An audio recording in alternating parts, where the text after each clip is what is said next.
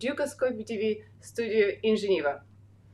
Our special guest, our newsmaker today is Christophe Legrenzi, a president of Acadys, consulting that is helping many companies and organizations to overcome challenges in this digital revolution, I would say.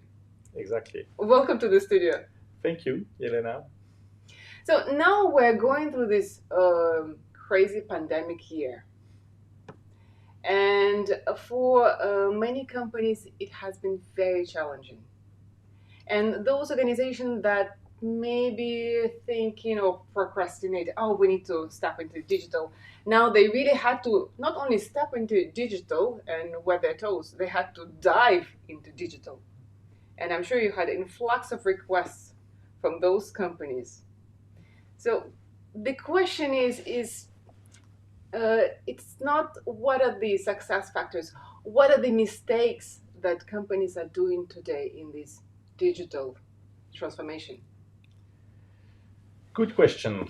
I think what happened with the pandemic is it was a kind of catalyst, and for sure everybody is now using video, is working at home. This is great, but this is not digital. Digital is much more than that, and I think the key point is to avoid, when you speak about digital revolution, all the mistakes that most of the companies are just plugging into, and that's the main point. So many, and they're investing in different applications in the digital. Sure. Are they all investing in the right applications? What's the added value of their investment? It's very difficult to say because you have business models which are highly performing, and you have other business models which are more catastrophic. Also, it's very difficult to say. The right point now is how do you cope with the technology? Technology by itself is not providing any value, and that's the point, I think. Who is benefiting from the technology then? First of all, the ICT sector.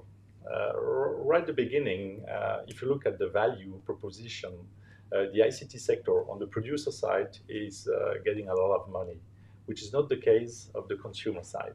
And this is the so-called solo paradox. So what is the solo paradox? What is so important about it? I think it's a key point nowadays. So Solo was a Nobel Prize in 1987. And it just declared, I see computers everywhere without in the productivity statistics, which means that according macroeconomic studies, if you look, for instance, at the United States, they invested massively into IT in the 80s and 90s, and compared to other countries which invested only, let's say, 1 or 2 decades later. And what the macroeconomists shows is that they didn't had any increase in productivity. And this is why they had also this famous White House productivity conference. Okay. Now, looking at the artificial intelligence and everything developing in this area, artificial intelligence is making our jobs more efficient, it's giving us more free time. Of course, we get new jobs in maintenance and system, but at the same time, it's slashing lots of jobs. Let's just be honest. It means that we're going to have probably more free time in the future. What's your point? Yes and no, because if you look at artificial intelligence, it's exactly like blockchain or IoT. You only have 1 out of 10 project which is bringing added value, which means that people are still safe. Just because all these projects, they are very nice, they bring a lot of money for the ICT sector, but companies are still struggling with generating value.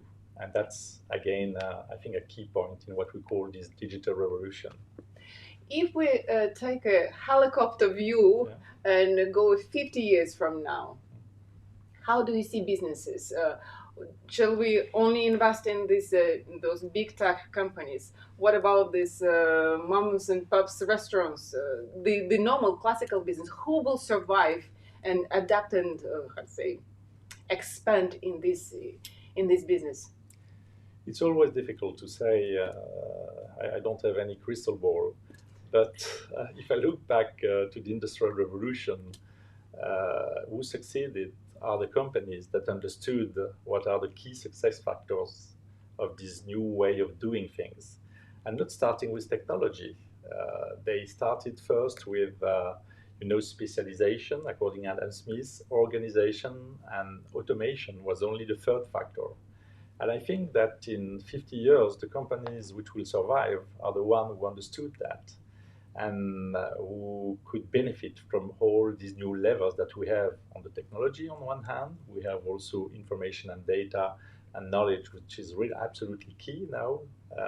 And you have also what we call the new digital levels, which means the new ways of doing things like freemium, like inbound marketing, like the long term, like crowdsourcing, crowdfunding, etc.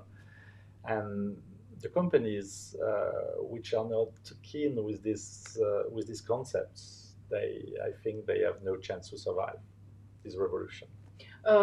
So we see that from the industrial revolution, we work now less Yeah, number of hours than before, and we all tend to live longer, right, than before. There's huge investment in the medtech and the pharmaceuticals to live longer, in shape. Lots of investment in the sports, fitness. What do you see this area of development? I think this will happen as well for the countries which will take the right strategy. Just in terms of figures, before the Industrial Revolution, on average, people were living, if I just take the analogy to a machine, the people were living about 500,000 hours. After the Industrial Revolution, their life expectancy increased by a factor of 40% to 700,000 hours. And before, they worked about 40% of their time, which means 200,000 hours. And after the Industrial Revolution, they worked only 70,000. That means 3 times less. And I think what is going to happen for the countries and for the companies really understood the key levels of the digital revolution. They could leverage this effect, and the life expectancy will increase to short time to 800,000 hours, probably very soon to 900,000 hours. And if you look at the work, I think most of the people could work only 10, 20,000 hours, which mean only a few years, and get enough money for the rest of their life. Okay. So they will do what? They will travel, get new experiences, and do sports. What people Sure. will do? Which businesses which we should still invest to keep them viable in the future? For sure, sport, entertainment, restaurants. The people will have lots of different services, and that's what the people will be seeking. New type of services to make their life easier, healthier, better. They will probably travel a lot. Custom-made services, Sure, sure. Everything will be personalized. personalized, And it could personalized be medication, personalized travel, absolutely, absolutely. unique experiences. Yeah, yeah. And this is really the contrary of the industrial way of doing things, which was more about mass production. And I think everything will be individualized. So for sure, you will still have mass production, but this will be the kind of low-cost services. And what the people will expect is really top end and services which fits to what they are expecting and to what they need. So if you're saying that people will work less and devote Yeah. a lot more time to their personal leisure time, Yeah. do you think that universal salary is a long-term solution to this? Is more or less compulsory now because you see already the difference between people who are getting a lot of money and other people which are really besides the normal society. Also, I think most of the countries are already thinking about it. Yeah, pandemic has shown part of it, right? Sure. When Sure. universal salary was given because everyone was at home or working or out of job. Yeah, absolutely.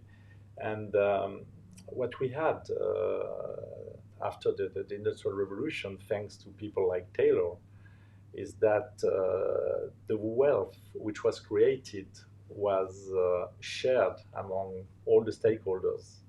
Shareholder first, one third, the company one third, and the last one was for workers, and these help a lot, the industrial sector. And I think today the issue that we are facing is really the sharing of wealth. This is probably one of the most important topic now. And if countries are not coming and taking the topic and trying to find a solution, I don't think that capitalism will succeed. Will be successful. That's my question. If we're still going to run the model of capitalism, or it's going to be socialism embedded in the capitalism. When we were young, we all learn about microeconomy and macroeconomy.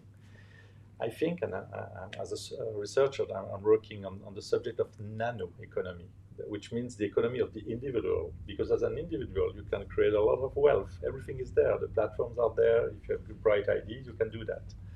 And there is another economy which is key, which is between the micro and the macro. This is the meso economy. If you look at the platform like Alibaba, like Google, like Amazon, they have such a power. They are more powerful than any state now.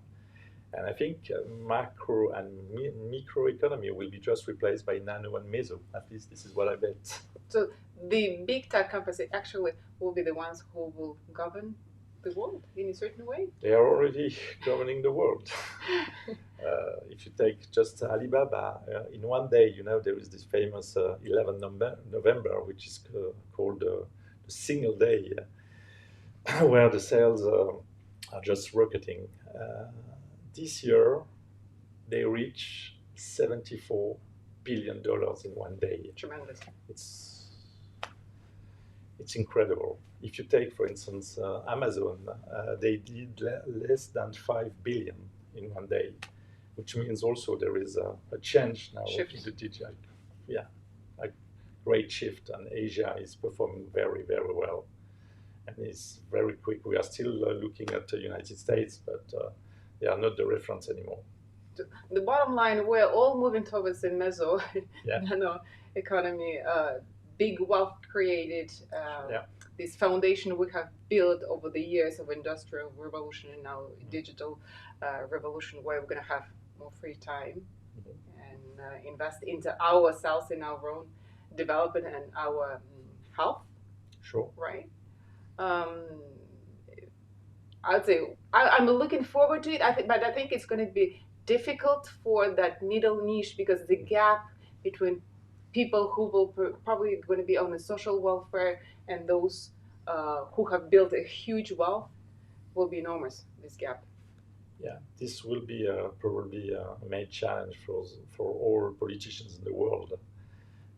To ensure that the gap is not too high. And you see already the crisis that you can see in Europe, in France, for instance, last weekend. I think we need to be all concerned about that.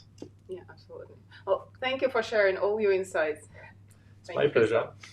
Thank you. Thank you for watching this interview with Christophe Legrenzi from Acadys.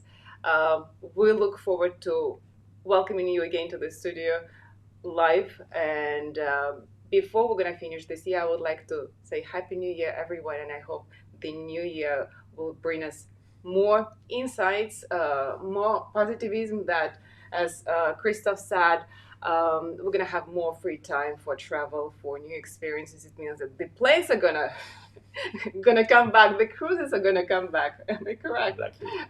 So it's hashtag, I would say, eat, pray, and love. So wishing everyone, eat, pray, and love. Happy New Year.